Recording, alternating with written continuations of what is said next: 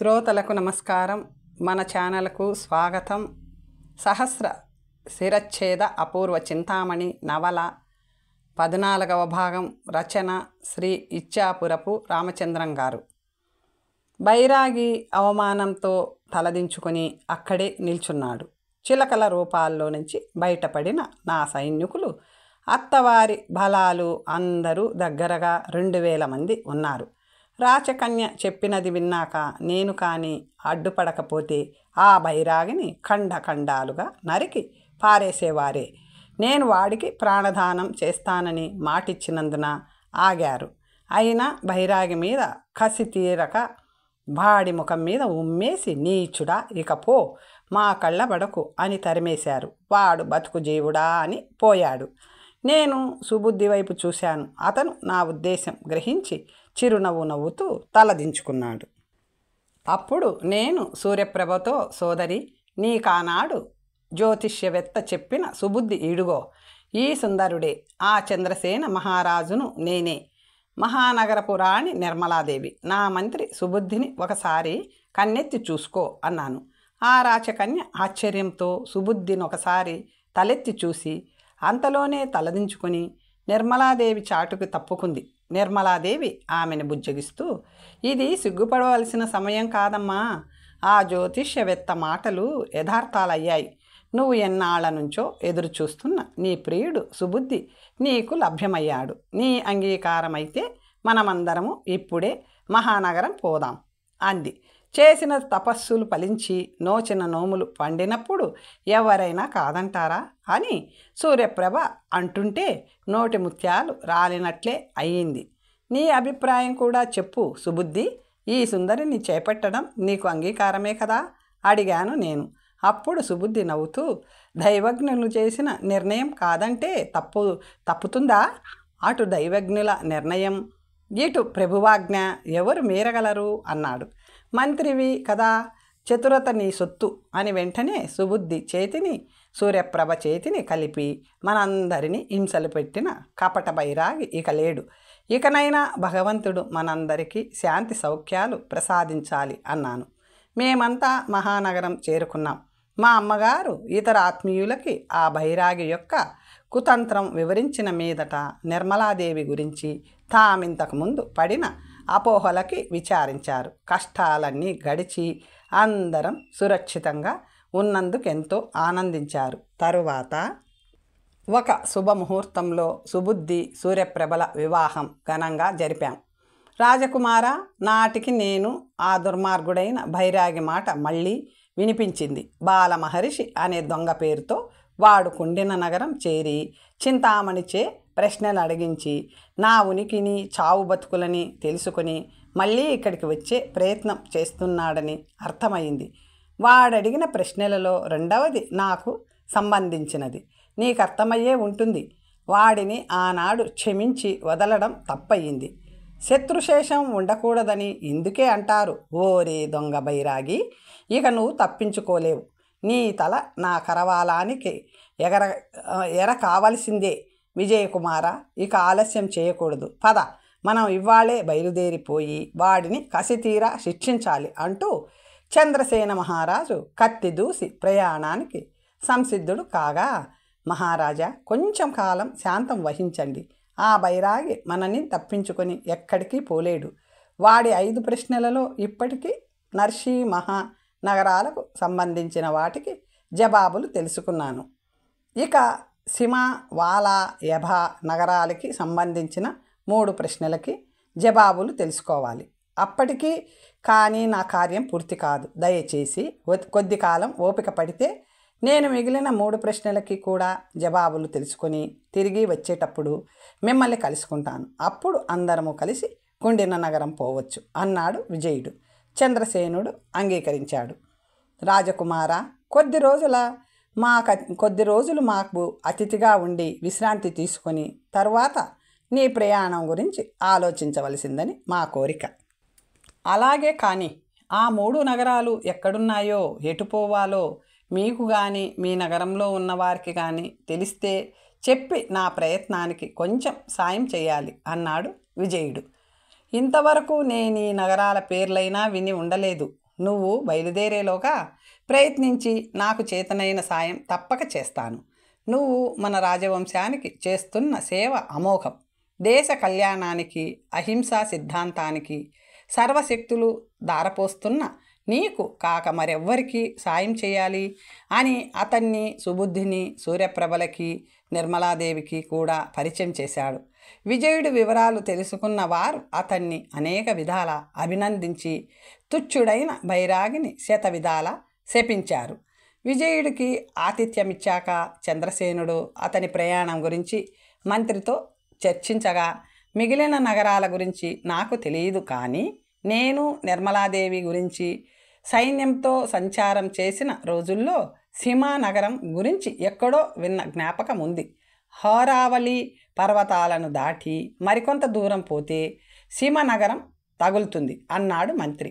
అయితే మన విజయకుమారుడికి కొంత పరివారం గుర్రాలని ఇచ్చి ఆ పర్వతాల వరకు పోవడానికి ఏర్పాట్లు చేయవచ్చు కదా? నిరభ్యంతరంగా చేయవచ్చు రాజా. ఇక నుంచి హోరావళి పర్వతాల వరకు భూమార్గం ఉంది. సుమారు 50 యోజనాల దూరం ఉండొచ్చు. విజయకుమారుడికి సాయం చేయగలుగుతున్నందుకు కొంత సంతోషించి అతని ప్రయాణానికి అవసరమైన సిబ్బందిని, ఏర్పాట్లని చూడమన్నాడు చంద్రసేనుడు. కొన్ని రోజులు ప్రయాణం చేశాక విజయుడు హోరావళి పర్వతాలను చేరుకున్నాడు. అక్కడ చంద్రసేనుడిచ్చిన గుర్రాన్ని, అతని పరివారాన్ని వదిలి చంద్రసేన మహారాజుకి కృతజ్ఞతలు తెలుపమని, తనతో వచ్చిన వారిని వెనక్కి వెళ్ళమన్నాడు. ఆ పర్వత పంక్తులను చూస్తూ నిల్చున్నాడు. కొన్ని పర్వతాలు పంక్తిలా ఏర్పడి అవతలి ప్రపంచానికి, యువతలి ప్రపంచానికి మధ్య గోడలా నిలిచాయి. వాటిని దాటడం ఎలా? దాటాక శివనగరం ఎంత దూరం? ఇవి సుబుద్ధికి తెలియవు కనుక అతనికి తెలియవు. ఇప్పటికి అతి కష్టం మీద 2 ప్రశ్నలకి జవాబులు తెలుసుకున్నాను. మిగిలిన 3 ప్రశ్నలకి జవాబులు తెలుసుకోవడం సాధ్యమవుతుందా? నా తల్లిదండ్రులు నా కోసం ఎంతగా కుంగిపోయి ఉంటారో. ఇంతవరకు తిరిగి రానందుకు శోభాదేవి నన్నొక మోసగాడిగా తలుస్తుందేమో. ఊహు, ఎన్ని కష్టాలొచ్చినా సరే కార్యం సాధించాలి. కష్టాలకు జంకి, ప్రేమ పాశానికి కట్టుబడి ఎవరూ ఏమీ సాధించలేరు అని విజయుడు ఆలోచిస్తూ ఆ పర్వతాల వైపు చూస్తుంటే ఆశ్చర్యకరంగా ఒక మృత కళేబరం పర్వతాల మీద నుంచి చెరచెరా దొర్లుకుంటూ వచ్చి సరిగ్గా అతను కూర్చున్న దగ్గర పడింది. అతనికేమీ అర్థం కాలేదు. పరిశీలించి చూడగా ఆ కళేబరం ఒక యుద్ధ భటుడిదని తోచింది. మరు నిమిషమే మరో కళేబరం, అది భటుడిదే. అంతలో ఇంకొకటి, వెంటనే మరొకటి. కన్ను మూసి తెరిచేలోగా 100 కళేబరాలు ఒకదాని వెంట ఒకటి దొర్లుకుంటూ వచ్చి పడ్డాయి. రక్తపు కాలవ, శవాల పోగు అయిందక్కడ. అన్ని కళేబరాలు యుద్ధభటులవే అవడం చూసి ఆ కొండ ప్రాంతంలో ఏదో ఘోర యుద్ధం జరుగుతూ ఉండాలనుకున్నాడు విజయుడు. కొంతసేపటికి భటుల శవాలు దొర్లుకు రావడం ఆగిపోయింది, కానీ గుర్రపు రౌతుల అలజడి వినిపించింది. అతను ఆశ్చర్యంతో అటు చూశాడు. కొన్ని వేల సైనిక బలాలు గుర్రాల మీద నడుస్తున్నాయి. అవి క్రమంగా విజయుడి వైపే వస్తున్నాయి. అతన్ని సమీపించాయి. వారికి ఆ శవాల గుట్టకి సంబంధం ఉంటుందనుకున్నాడు. నిర్భయంగా నిలుచున్న అతన్ని చూసి సైనిక దళాలు ఆగాయి. వీడెవడో శత్రుపక్షం వాడై ఉంటాడు, బంధించండి అని నాయకుడు అనగానే కొందరు వీరులు వచ్చి అతన్ని పట్టుకున్నారు. అయ్యా, నాది నా పక్షమే తప్ప నేనే పక్షానికి చెందినవాడిని కాను అని విజయకుమారుడు ఎంత చెప్పినా వారు నమ్మక సైన్యాధిపతి వద్దకు తీసుకుపోయారు. నువ్వెవరివి? సైనిక వేషంలో ఇక్కడెందుకున్నావు? నేను రాజకుమారుని కనుక ఈ వేషంలో ఉన్నాను అన్నాడు విజయుడు. ఇక్కడున్నది 2 రాజ్యాలు. మాకు తెలియని 3వ రాజకుమారుడివి. నువ్వెక్కడివి? ఎక్కడి నుంచి వచ్చావు? అబద్ధం. నీ మాటలు నమ్మదగినవి కావు. మా జాడలు తెలుసుకునేందుకే శత్రుపక్షం నుంచి వచ్చి ఇక్కడ దాగుకొని ఉంటావు అని అతను తన సైనికులను వీడిని బంధించండి అని ఆజ్ఞాపించాడు. అయ్యా, మీరీ సైనిక దళానికి నాయకులు కాబోలు. ఇంత మాత్రం తెలివి కలవాడికి సైన్యాధిపత్యం ఇచ్చిన ఆ రాజంత వెర్రివాడో అన్నాడు విజయుడు. ఆ దళాధికారి కోపంగా గుర్రం మీద నుంచి ఉరికి, ఏమంటున్నావు? నీకు నా తెలివి కొలవ కలిగే తాహతుందా అంటూ చేతిని కత్తి మీదకు పోనిచ్చాడు. నీ కత్తి జలిపింపులకు బెదరను. నీ తెలివిని కొలవడానికేమంత తాహత అవసరం లేదని మళ్ళీ చెబుతున్నాను అన్నాడు విజయుడు. ఎందుకని? నేను శత్రుపక్షం వాడినే అయితే నీ దళాలను చూసి పారిపోకుండా ఎదురుగా వచ్చి నిల్చుంటానా? అందుకే నీ తెలివి తక్కువ అన్నాను.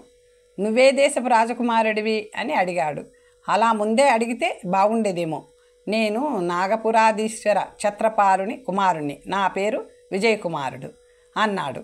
ఆ మాటలు వినగానే దళాధికారి విజయుడి 2 చేతులు పట్టుకొని, క్షమించాలి, నేను ఛత్రపాల మహారాజు సైన్యంలో చాలా కాలం యుద్ధభటుడిగా పనిచేశాను. నా పేరు పెద్ద పట్నాయక్.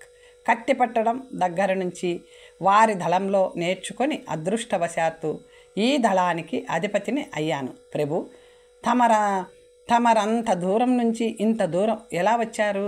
రావలసిన అగత్యం ఏం కలిగింది? గౌరవంగా అడిగాడు. నా విషయం తర్వాత చెప్తాను. ముందు ఈ దళాలే మహారాజువి. ఈ దళాలు ఏ మహారాజువి? అతని శత్రురాజులు ఎవరో? ఈ పర్వతం నుంచి దొర్లుకుంటూ పడిన సైనిక మృత కళేబరాలెవరివో చెప్పు. ప్రభు, వ్యవధి లేదు. ప్రయాణించవలసిన దూరం చాలా ఉంది. మేము అతి తొందరగా రాజుగారి సైన్యాలని చేరుకోవాలని ఆజ్ఞలున్నాయి. తమకు అభ్యంతరం లేకపోతే నా గుర్రం మీద రండి, వెళ్తూ మాట్లాడుకోవచ్చు అన్నాడు. అందుకు విజయుడు అంగీకరించాడు.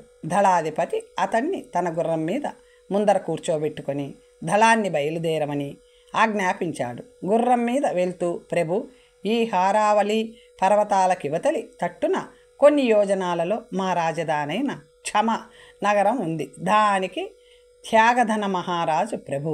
పర్వతాల కవతలి వైపు కొన్ని యోజనాలలో సింహనగరం ఉంది. దానికి తపోధన మహారాజు పాలకుడు. ఇద్దరు దాయాది కుటుంబాలకి చెందినవారే. వెతకబోయిన తీగ కాలికి తగిలినట్లయిందనుకున్నాడు విజయుడు. నేను క్షమానగరాధిపతి త్యాగధన మహారాజు దళాలలో ఈ వాయువ్య దళానికి అధిపతిని. ఇప్పటికీ 15 రోజుల నుంచి 2 పక్షాలకి ఘోర యుద్ధం జరుగుతుంది. నువ్వు చూసిన సైనిక కళేబరాలు మాకు సంబంధించినవే. సింహ నగర సైన్యాలు గెలుపులో ఉన్నాయి. మా సైన్యాలు వెనక్కి తరమబడ్డాయి. అందుకే రణరంగాన పోరుతున్న మహారాజు అధిక సైన్యాల కోసం తన రాజధానికి వర్తమానం పంపాడు. ముందర మేము బయలుదేరాము, వెనుక మరో 5 దళాలు వస్తున్నాయి.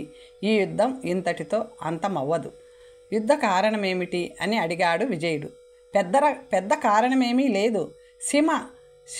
నగరపు రాజైన తపోధన మహారాజు దగ్గర పంచకళ్యాణి అనే ఉత్తమ అశ్వం ఉంది. అదంటే మా రాజుకి అపరిమితమైన ప్రేమ. అంత మేలు గుర్రాన్ని ఎక్కడా చూడడం. అశ్వ పరీక్షలకు అనేక మంది అది సూర్యరథానికి కట్టబడిన గుర్రపు జాతిదే అని తేల్చారు. దాయాది దగ్గర అంత మేలు జాతి గుర్రం ఉన్నందుకు మహారాజు అసూయపడటం మాట నిజమే. అయితే దానిని తాను పొందాలని దుర్మార్గపు ఆలోచన ఎన్నడూ చేయలేదు. ఇలా ఉండగా ఒక గుర్రాల సంతలో ఆ పంచకళ్యాణే అమ్మకానికి వచ్చింది. అది తన దాయాది తపోధన మహారాజుదని తెలుసున్నా మా రాజు 2 లక్షల ధనమిచ్చి దానిని కొన్నాడు. గుర్రం తనంతట తానే దారి తప్పి ఆ సంతలోకి వచ్చిందో ఎవరైనా అపహరించుకొచ్చి అమ్మజూపారో తెలియదు. తపోధన మహారాజు తను ప్రాణప్రదంగా చూసుకుని గుర్రం ఎక్కడుందో తెలుసుకురమ్మని గూఢచారులను దేశాలకి పంపాడు. మా మహారాజు వద్ద ఉందని వారు తమ రాజుకి చెప్పారు. తక్షణం రాయబారులను పంపి తన గుర్రాన్ని తనకి ఇవ్వవలసిందని మా రాజును అడిగించాడు. తగిన మూల్యమిచ్చి సంతలో కొన్న గుర్రాన్ని వెనక్కివ్వడం అసంభవమని ఖచ్చితమైన జవాబు పంపాడు మా రాజు. అది విని ఆ మూల్యాన్ని తానిస్తానని, తన పంచకళ్యాణిని తిరిగి పంపవలసిందని తపోధన మహారాజు కబురు పంపాడు. మా రాజు అందుకు కూడా అంగీకరించకపోవడంతో తపోధన మహారాజు యుద్ధం ప్రకటించాడు. ఇది ఈ యుద్ధం తాలూకు వివరం. ఇక మీరు అంత దూరం నుంచి ఇక్కడికి రావలసి వచ్చిన కారణమేమిటో చెప్పండి. ఛత్రపాల మహారాజులు క్షేమంగా ఉన్నారా అని అడిగాడు. పట్నాయక్, మా నాన్నగారైన ఛత్రపాల మహారాజులు సుఖంగానే ఉన్నారు.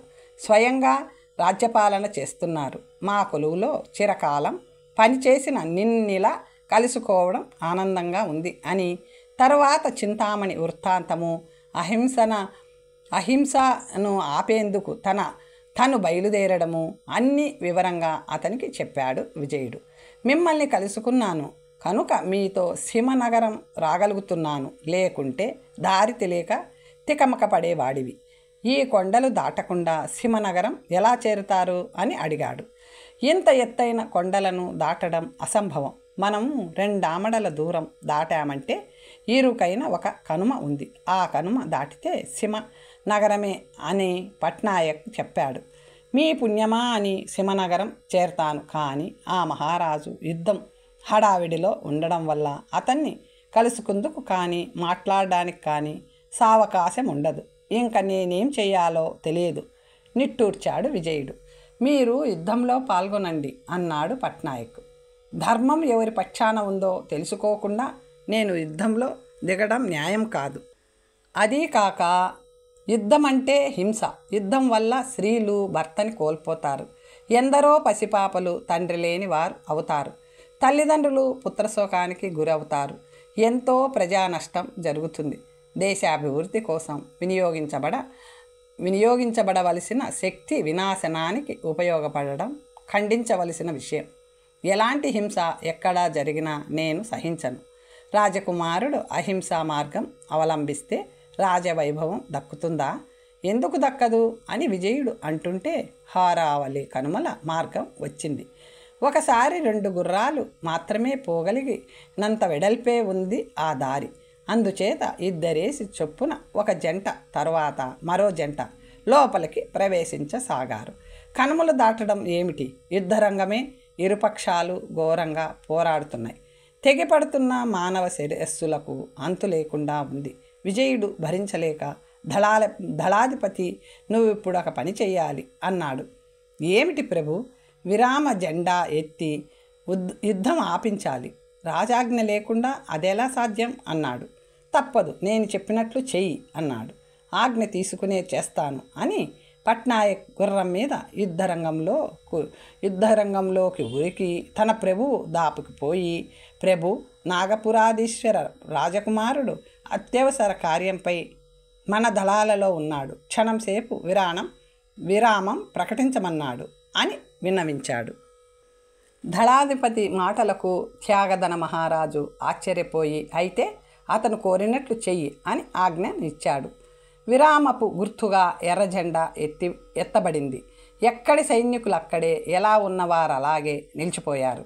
ఎవరికి విరామం ఎందుకో తెలియదు. అందరూ ఆశ్చర్యపోతుంటే విజయుడు గుర్రం మీద నుంచి, వీరులారా, రణధీరులారా, ప్రభువులారా, దయచేసి ఒక్క క్షణం మీ మనసుని నా మాటల మీద నిలపండి. ఇప్పటికీ ఇరుపక్షాలలోనూ ఎందరు నాశనమయ్యారో, ఎంత రక్తపాతమో, అందువలన ఎంత సంక్షోభమో. గతించిన వీరులు తిరిగి రారు. వారి ఆలుబిడ్డల ఉసురుకి, తల్లిదండ్రుల దుఃఖానికి బాధ్యులెవరు? మీరిచ్చే భరణం చనిపోయిన వారి ఆత్మకి శాంతి కలిగించగలదా? పాలకులారా, మీ పట్టుదల కోసం, విలాసం కోసం ఇందరి ప్రాణాలు బలి చేస్తారా? హింసాకాండ మహాపాపం కదా. ఉత్పత్తి శుభదాయకం, వినాశనం దుఃఖహేతువు. ఇంతటి మానవ శక్తిని దుర్వినియోగం చేయక దేశక్షేమానికి సద్వినియోగం చేయరాదా? ఈ పవిత్ర భూమాతని పీనుగుల పెంటలో అపవిత్రం చేయక ఈ తావుల్లో సేద్యం చేయించి రాజ్యాన్ని సుభిక్షం చేయరాదా అని చెబుతుంటే ఆశ్చర్యంగా వినిన తపోధన త్యాగధన రాజులిద్దరూ వచ్చి విజయుడి గుర్రానికి అటూ ఇటూ నిల్చున్నారు. యుద్ధాలు హింస జరగకపోతే పనులు అనుకోవడం పొరపాటు. హింస వల్ల కలిగే ఫలితం గొప్పదైనా తాత్కాలికము, పతన హేతువు అవుతుంది. అహింసా మార్గంలో పొందేది స్థిరము, మంగళప్రదము. ఇప్పుడు మీరీ యుద్ధంలో పోగొట్టుకున్న వాటిని పునర్నిర్మించుకుందుకు ఎంతకాలం శ్రమ పడతాయో ఆలోచించండి. ఒక వీరుణ్ణి, ఒక మేధావిని సృష్టించడం ఎందరి తరం? నిజమే, కానీ మాకు విభేదాలు, వ్యత్యాసాలు ఎలా నశిస్తాయి? న్యాయం ఎలా జరుగుతుంది అని రాజులిద్దరూ ఒకేసారి అడిగారు. ఎవరి బుద్ధి వారికే న్యాయం చెబుతుంది. బుద్ధి అనుసరించి పాటించేవారే మనిషి అనిపించుకుని అర్హత కలిగి ఉంటారు. వాళ్ళిద్దరూ కొంచెంసేపు మౌనం వహించాక, మా యుద్ధానికి కారణం నీకు తెలుసా అని అడిగారు. అతను తెలుసన్నాడు. పంచకళ్యాణి నా గుర్రం, చిరకాలం నుంచి నా పోషణలో ఉంది. నాకు ప్రాణంతో సమానం. నా సమస్త రాజ్య సంపదలు పోయినా, నేను నాశనమైనా నా గుర్రాన్ని నేను పొందాలి, అది నాది అని తపోధన మహారాజు అంటే, నేను దానిని 2 లక్షల వరహాలు వెచ్చించి కొన్నాను కనుక అది నాదే అన్నాడు త్యాగధన మహారాజు. గుర్రం మీ ఇద్దరిలో ఒకరిదే అయి ఉంటుంది, కానీ ఇద్దరిది అయి ఉండదు కదా అడిగాడు విజయుడు. అవును, అది నాది, వీల్లేదు, అది నాది అన్నారు ఇద్దరు. యుద్ధము హింస ఎలా ఆపు చేయాలా అని విజయుడి ఆలోచన. నిజంగా గుర్రం ఎవరికి చెందాలో మీ అంతరాత్మ చెప్పడం లేదా? నాకు చెందాలని నా అంతరాత్మ చెబుతుంది అని త్యాగధనుడు, నాకు చెందాలని నా అంతరాత్మ చెబుతుంది అని తపోధనుడు ఇద్దరు ఒకేసారి అన్నారు. అప్పుడు ఒక మధ్యవర్తి చెప్పిన విధంగా నడుచుకోవడం ధర్మం. మాకు మధ్యవర్తులు ఎవరు అవసరం లేదు. యుద్ధం తప్ప మా తగాదాను మరెవరు పరిష్కరించలేరు. యుద్ధం అరిష్టదాయకమని తెలుసుకుని మీరు దానినే కోరడం వివేకం కాదు. మరో మార్గం లేనప్పుడు ఏం చేయాలి అన్నారు. విజయుడు కొంచెం ఆలోచించాడు. ఇద్దరికిద్దరు గుర్రం నాది అంటున్నారు కదా, నిజంగా తానెవరిదో గుర్రానికి కూడా తెలిసే ఉంటుంది కదా. అవును అన్నారు ఇద్దరు. కనుక గుర్రమే తన యజమానిని తాను నిర్ణయించుకుంటుంది. దాని నిర్ణయాన్ని అంగీకరించడానికి మీలో ఎవరికి అభ్యంతరం? దాని నిర్ణయం ఖాయం, ఆ ప్రకారం చేయడానికేమీ అభ్యంతరం ఉండదు అని ఇద్దరు ప్రభువులు అంగీకరించారు. పంచకళ్యాణి తెప్పించండి, తన నిజమైన యజమాని ఎవరో దాని చేతని చెప్పిస్తాను అన్నాడు విజయుడు. ఆ మాటలకు వారిద్దరే కాక మిగిలిన అందరూ కూడా ఆశ్చర్యపోయారు. పంచకళ్యాణి తన యజమానిని ఎలా నిర్ణయం చేస్తుందో తెలుసుకోవడానికి కుతూహలపడ్డారు. కొందరు పోయి పంచకళ్యాణిని తీసుకువచ్చారు.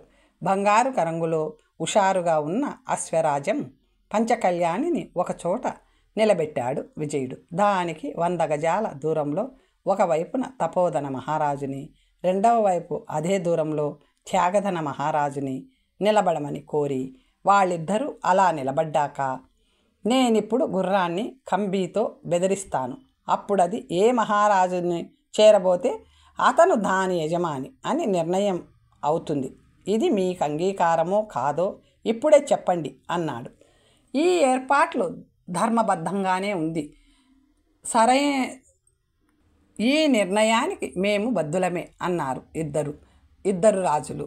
సైనిక దళాలు అధిపతులు కూడా ఆ పద్ధతిని మెచ్చుకున్నారు. వెంటనే విజయుడు గుర్రాన్ని బెదిరించాడు. అది వెంటనే ఒక దౌడులో పోయి తపోధన మహారాజు దగ్గర నిలుచుంది. ధర్మబద్ధమైన ఏర్పాటుకి కట్టుబడిన త్యాగధన మహారాజు అశ్వాన్ని తపోధన మహారాజుకి వశం చేసి సైన్యాలతో మరలి పోబోతుంటే, తపోధన మహారాజు అతను వెచ్చించిన మూల్యం చెల్లించబోయాడు. అందుకు త్యాగధన మహారాజు నిరాకరించి, అది మీ అశ్వమని తెలుసండి, దానిని కొనడం నాదే పొరపాటు, అందుచేత నేను దానికై వెచ్చించిన మూల్యం దండగా పడవలసిందే, తిరిగి మీ దగ్గర నుంచి తీసుకోను అన్నాడు. యుద్ధం విరమించుకొని సైనిక బలాలను మరలించుకొని వెళ్ళిపోయారు. ఆ యుద్ధంతో సర్వనాశనం కావలసిన 2 రాజ్యాలని రక్షించిన విజయకుమారుడు మహామేధావి అని తపోధన మహారాజు అతన్ని అనేక విధాల ప్రశంసించి తన మందిరానికి దయచేయవలసిందిగా ప్రార్థించాడు. విజయుడు అంగీకరించి మహారాజుతో భవనానికి వెళ్ళి అతిథి మర్యాదలు స్వీకరించి కూర్చున్నాక రాజు అతని వివరాలు అడిగాడు. విజయుడు అవన్నీ చెప్పి, ఇప్పుడిక 2 ప్రశ్నలకి జవాబులు తెలుసుకున్నాను. 3వ ప్రశ్నకి సమాధానం సింహనగరంలో లభిస్తుందని ఇక్కడికి వచ్చాను అన్నాడు. ఏమిటా ప్రశ్న అడిగాడు రాజు. విజయుడు ఈ విధంగా చెప్పసాగాడు. తపోధన మహారాజు ద్వితీయ పత్ని అయిన రూపసుందరి గతి ఏమైంది? తపోధన మహారాజు ఇంకా బతికున్నాడా? ఆ ప్రశ్న వింటూనే రాజు మహా ఉగ్రుడయ్యాడు. ఓరి కపట బైరాగి, రూపసుందరి సమాచారం ఇంకా నీకు కావలసి వచ్చిందా? ఆ తుచ్చురాలు నీ రాక కోసమే ఎదురు చూస్తుంది. వేగం బయలుదేరిరా, నా కత్తి నీ కంఠ రక్తాన్ని చవిచూస్తుంది అని వర నుంచి కత్తి దూశాడు. విజయుడు ఆశ్చర్యం కానీ అలజడి కానీ పడకుండా అతన్ని శాంతపరిచి, ప్రభు, ఆ బైరాగి ఇప్పుడు మీ ఎదుట లేడు. వృధాగా ఉద్రేకపడి ఏం లాభం? ఆ బైరాగి మీకు చేసిన అపకారమేమిటో చెప్పండి అన్నాడు.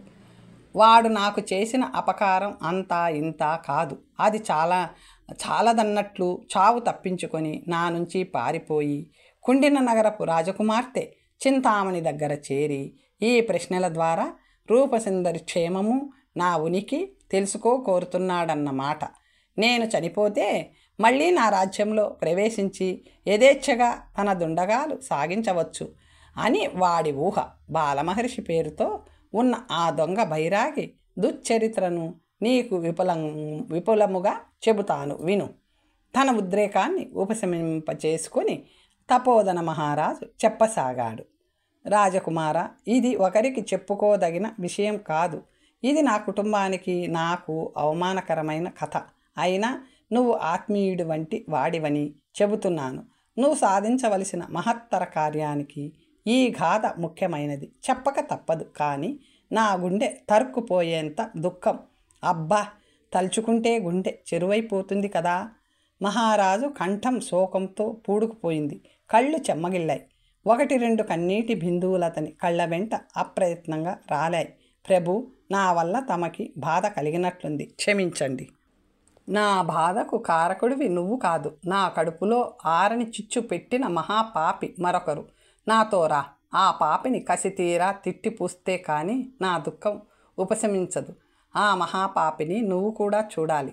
విజయుడు రాజును అనుసరించాడు. రాజు అతన్ని రాజమందిరం దాటించి చుట్టూ ఎత్తైన ప్రహరీ గోడ కల విశాలమైన ఆవరణలోకి తీసుకెళ్లాడు. ద్వారం దగ్గర విచ్చుకత్తులతో కొందరు కావలివారు ఉన్నారు. రాజుని చూడగానే నమస్కరించి గేటు తాళాలు తీసి లోపలికి పోనిచ్చారు. సుమారు 1 ఆమడ దూరం నడిచాక ఇనపద్వారం గల దుర్భేద్యమైన ఒక రాతి కట్టడంలోకి మహారాజు అతన్ని తీసుకెళ్లాడు. అక్కడి కాపలాదారుల వేషం చూశాక అది చెరసాల అయి ఉంటుందనుకున్నాడు విజయుడు. కొన్ని గదులు దాటించి ఒక గది వద్ద ఆగాడు రాజు. పహరా వారికేదో సంజ్ఞ చేశాడు. వారు ద్వారానికి కట్టబడిన నల్లని తెరను పక్కకి తొలగించారు. బలమైన తాళాలు బిగించబడిన ఆ ఇనుప ఊచల గదిలో సుమారు 40 ఏళ్ల వయసు గల స్త్రీ ఉంది. మలినమైన దుస్తులు, నూనె లేక చిక్కుపడిన జుత్తు, పరమ అసహ్యంగా ఉందామె. ఆమె ముందు మట్టి మూకుడులో కొంచెం గంజి మాత్రం ఉంది. రాజుని విజయుడిని చూడగానే ఆమె లేచి నిల్చొని తల వాల్చుకుంది. రాజకుమార, చూడు, ఇదే భయంకర భూతం, ఘోర రాక్షసి, మహిళా లోకానికే మచ్చ తెచ్చి నా కడుపులో చిచ్చు పెట్టిన నారీ పిశాచి రూపసుందరి. చూశావు కదా అవతారం, ఇక పోదాం పద అని రాజు ఆమె ముఖం మీద ఉమ్మి వెనక్కి తిరిగాడు. మళ్ళీ రాజమందిరానికి వచ్చారు ఇద్దరు. అప్పుడు మహారాజా, కారాగారంలో ఆ విధంగా బంధించబడిన శ్రీ రూపసుందరి అన్నారు కదా, ఆమెకి మీకు గల సంబంధమేమి? ఆమె చేసిన నేరమేమిటి అని అడిగాడు విజయుడు. రాజకుమార, ఇప్పుడు నేను ఆ వివరాలే చెప్పదలుచుకున్నాను. వాటి నుంచి నీ 3వ ప్రశ్నకు సమాధానం దొరుకుతుంది అంటూ ఇలా చెప్పసాగాడు. సంసార జీవితంలో స్వర్గాన్నైనా నరకాన్నైనా సృష్టించగలిగేది స్త్రీ. ఆ కుటుంబానికి కీర్తి కానీ అపకీర్తి కానీ తేగలిగినది. అభివృద్ధికి నాశనానికి కారకులు ఇల్లాలు. అమృత భాండంలో హాలాహలము, యమ యాతనలో ఇంద్రభోగాలు, చేదులో తీపి, తీపిలో చేదు, అనురక్తిలో విరక్తి, విరక్తిలో అనురక్తి, ఏదైనా కలిగించగల మహాశక్తి ఇల్లాలే. ఏనాడో చేసిన పూజల ఫలితంగా నాకు అంజలీదేవి భార్యగా లభించింది. రూపంలో గుణంలో ఆమెను చెప్పాకే మరొకరిని చెప్పాలి. ఆమెను పొందిన నేను స్వర్గ సుఖాలే అనుభవించాను. అయితే మా దాంపత్య జీవితానికి ఒకే లోటు. అదేమిటంటే సంతానం కలగకపోవడం. అది చిన్న లోటేమీ కాదు. నా అనంతరం నా సింహాసనాన్ని అధిష్ఠించి పాలన చేయడానికి వంశాంకురం లేకపోవడం పెద్ద లోపమే. 10 ఏళ్ల సంసార జీవితం గడిచిపోయాక సంతానం కలుగుతుందనే ఆశ ఏముంటుంది? అందుకని అనేక మంది బిషగర్వులతోనూ జ్యోతిష్కులతోనూ సంప్రదించాను.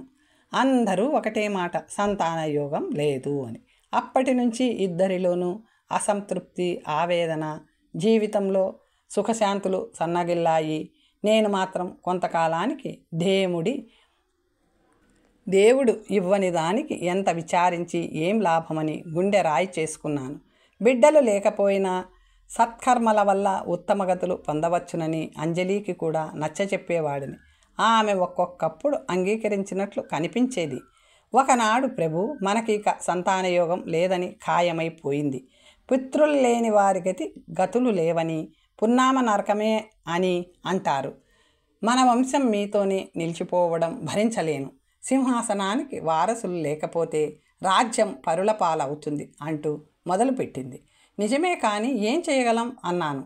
నేనొక ఉపాయం ఆలోచించాను అన్నది. ఏమిటది? మీరు మరో కన్యని ద్వితీయ కలత్రగా స్వీకరించండి. నేను తెల్లబోయాను. అంజలి, ఇది నా మనస్సుకి అంగీకారం కాని పని. స్త్రీకి పాతివ్రత్యం ఎలాంటిదో పురుషుడికి ఏకపత్నీ వ్రతము అలాంటిదే. బహుభార్యలను కలిగిన పురుషుడు నా దృష్టిలో జారుడే కాదు. రాజు ఎందరు భార్యలనైనా స్వీకరించవచ్చు. ఇది శాస్త్ర సమ్మతమైనదే. ధర్మశాస్త్రాలను అంగీకరించిన నా మనస్సు అంగీకరించదు. నాకు ఈ జీవితంలో నువ్వు ఒక్కతివే భార్యవి. నా మనస్సు ఇతరులపైకి మళ్ళదు. ఖచ్చితంగా చెప్పాను. నా మాట వినరా? వద్దు దేవి, ఆ ఆలోచనే అతి భయంకరంగా ఉంది. ఇంకెప్పుడు అలాంటి మాటలు నీ నోట రానివ్వకు అన్నాను. అప్పటికి ఆమె మౌనం దాల్చిన మంత్రులు, మిత్రులు, ఆత్మీయులు ఎందరి చేతనో నాకు బోధ చేయించింది. కానీ ఆ మాటలు నా తలకెక్కలేదు. ఆ రాత్రి అంజలి ఎన్నడూ తయారవనంత అందంగా తయారైంది. తనకున్న ఆభరణాలన్నీ పిచ్చిగా ధరించింది. పాన్పు మీద ఒత్తుగా మల్లెపూలు, సన్నజాజులు పరిచింది. తాను పునుగు, జవ్వాది, కస్తూరి, అత్తరు పరిమళాలతో ఘుమఘుమలాడి పోతుంది. నేను పడకగదిలోకి అడుగుపెట్టడం కూడా గమనించకుండా వీడ మీద తనకతి ప్రియమైన శృతిని ఆలాపించడంలో నిమగ్నురాలయ్యింది. తొలిరేయిని గుర్తు తెస్తుంది ఆమె. నేను ఆమె పాటను వింటూ మైమరిచాను. అలా ఎంతసేపు గడిచిపోయింది. పరిచారకురాలు పలహారాలు పళ్ళెం తెచ్చి పెట్టిన చప్పుడు వల్ల ఆమె గానానికి భంగమయ్యింది. నన్ను చూసి మీరొచ్చి ఎంతసేపు అయింది అడిగింది. అపర రంభలా ఉన్న అంజలి నన్ను చేయిపట్టుకొని పాన్పు దగ్గరికి తీసుకెళ్ళింది.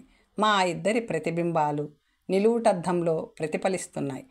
నేను ఈవేళ ఎక్కువ కులాసాగా ఉన్నాను కదూ అడిగింది. అవును, ఏమిటి విశేషం అన్నాను. తొలి రాత్రి లాగే తుది రాత్రి కూడా అత్యధిక ఆనందం ఇస్తుందా అని తెలుసుకోవాలని. తుది రాత్రి? తెల్లబోయాను. పిచ్చిదాన్ని, పిచ్చి మాటలు. అవును, మీకు మన తొలి రాత్రి గుర్తుందా అన్నది. అదెలా మర్చిపోగలను అన్నాను. ఈవేళ కూడా మనం అలాగే ఉండాలని కోరిక కలిగింది. మీరేమీ అనుకోరుగా అన్నది. నీ కోరిక నా కోరిక కాదా అన్నాను. ఎప్పుడూ నా కోరిక నెరవేరుస్తూనే ఉంటారుగా, సందేహం ఎందుకు అన్నాను. అబ్బా, నాకిప్పుడు ఎంత హాయిగా ఆనందంగా ఉంది అంటూ ఆమె నా హృదయం మీద వాలిపోయింది. స్వప్నమంతా స్వర్గసుఖంలో గడిచింది ఆ రాత్రి. తెల్లవారింది. పాన్పు దిగాను. ఎప్పుడూ నాకంటే ముందుగానే గదిలో నుంచి వెళ్ళిపోయే అంజలి ఆశ్చర్యకరంగా ఇంకా మంచం మీదే ఉంది. రాత్రి కలిగిన అనంతపు అలసట వల్ల ఇంకా ఆమెకు మెలకువ ఉండదనుకుంటూ నవ్వుకుంటూ ఆమెకి నిద్రాభంగం కలిగించకుండా గదిలో నుంచి వెళ్ళిపోయాను. కాలకృత్యాలు తీర్చుకొని దుస్తులు వేసుకొని రాజ్యసభకి బయలుదేరబోతుండగా ఒక పరిచారిక పరుగున వచ్చి, ప్రభు, ఘోరం, దేవిగారు అంటూ గొల్లున ఏడ్చేసింది. దేవిగారికి ఏమైంది అన్నాను. త్వరగా రండి, వచ్చి చూడండి అన్నది. నేను పరుగున పోయి శయన మందిరంలోకి వెళ్ళాను. ఆ పూల పాన్పు మీద అదే చీరతో ఆభరణాలతో అంజలీదేవి నిర్జీవ శరీరం. ఆశ అంత త్వరగా అంతరించదు కదా. వైద్యులను రప్పించాను. విషప్రయోగంతో ప్రాణత్యాగం చేసుకుంది అని నిర్ధారించారు వారు. నాకింకేముంది? శూన్యం, జీవితం శూన్యం, సర్వము శూన్యమే. తల తిరిగిపోయింది. కళ్ళు చీకట్లు కమ్మాయి. హృదయం చెప్పలేనంత భారమైపోయింది. దేవి, ఈ పాపితో సంపర్కం, తెగతెంపులు చేసుకోవాలనే ఇంత పని చేశావు? అంత అవసరం నీకేం కలిగింది? నీలాంటి గుణవతిని భార్యగా పొందానని ఎంత గర్వించాను. నిన్నెంతగా నా హృదయమంతా నింపుకున్నాను. ఎంతో దృఢమైన మన ప్రేమ బంధాన్నెలా తెంపుకోగలిగావు అంటూ గుండెలు పగిలేలా ఏడ్చాను. మృతకలేభరాన్ని పాన్పు మీద నుంచి దింపుతుండగా ఆమె పైటలో నుంచి ఒక కాగితం మడత కింద పడింది. విప్పి చదివాను. మనోహర, ఈ పని మీకు వింత విషాదకరము అవుతుందని నాకు తెలుసు. అయినప్పటికీ జనోద్ధరణ కోసం ఇలా చేయక తప్పలేదు. శివనగర ప్రభువు నిస్సంతువుగా గతించకూడదని ఈ పని చేశాను. తిరిగి వివాహం చేసుకోండి, సంతానం పొందండి. నేనెన్ని విధాల చెప్పినా విన్నారు కాదు. అందుచేత నాకింతకంటే గత్యంతరం లేకపోయింది. రత్నం నూరి మింగి నేను ప్రాణత్యాగం చేసుకుంటున్నాను. మీరు నన్నెంతగానో ప్రేమించారు. మీరు మరో కన్యని వివాహమాడి ఆమెను కూడా నన్ను ప్రేమించినంతగానో ప్రేమించి సంతానం పొందాలని నా కోరిక. నా ఈ కోరిక తీర్చి నా ఆత్మకి శాంతి కలిగించండి. ఇట్లు అంజలీదేవి. తర్వాత కథ వచ్చే భాగంలో తెలుసుకుందాం. ఓం స్వస్తి.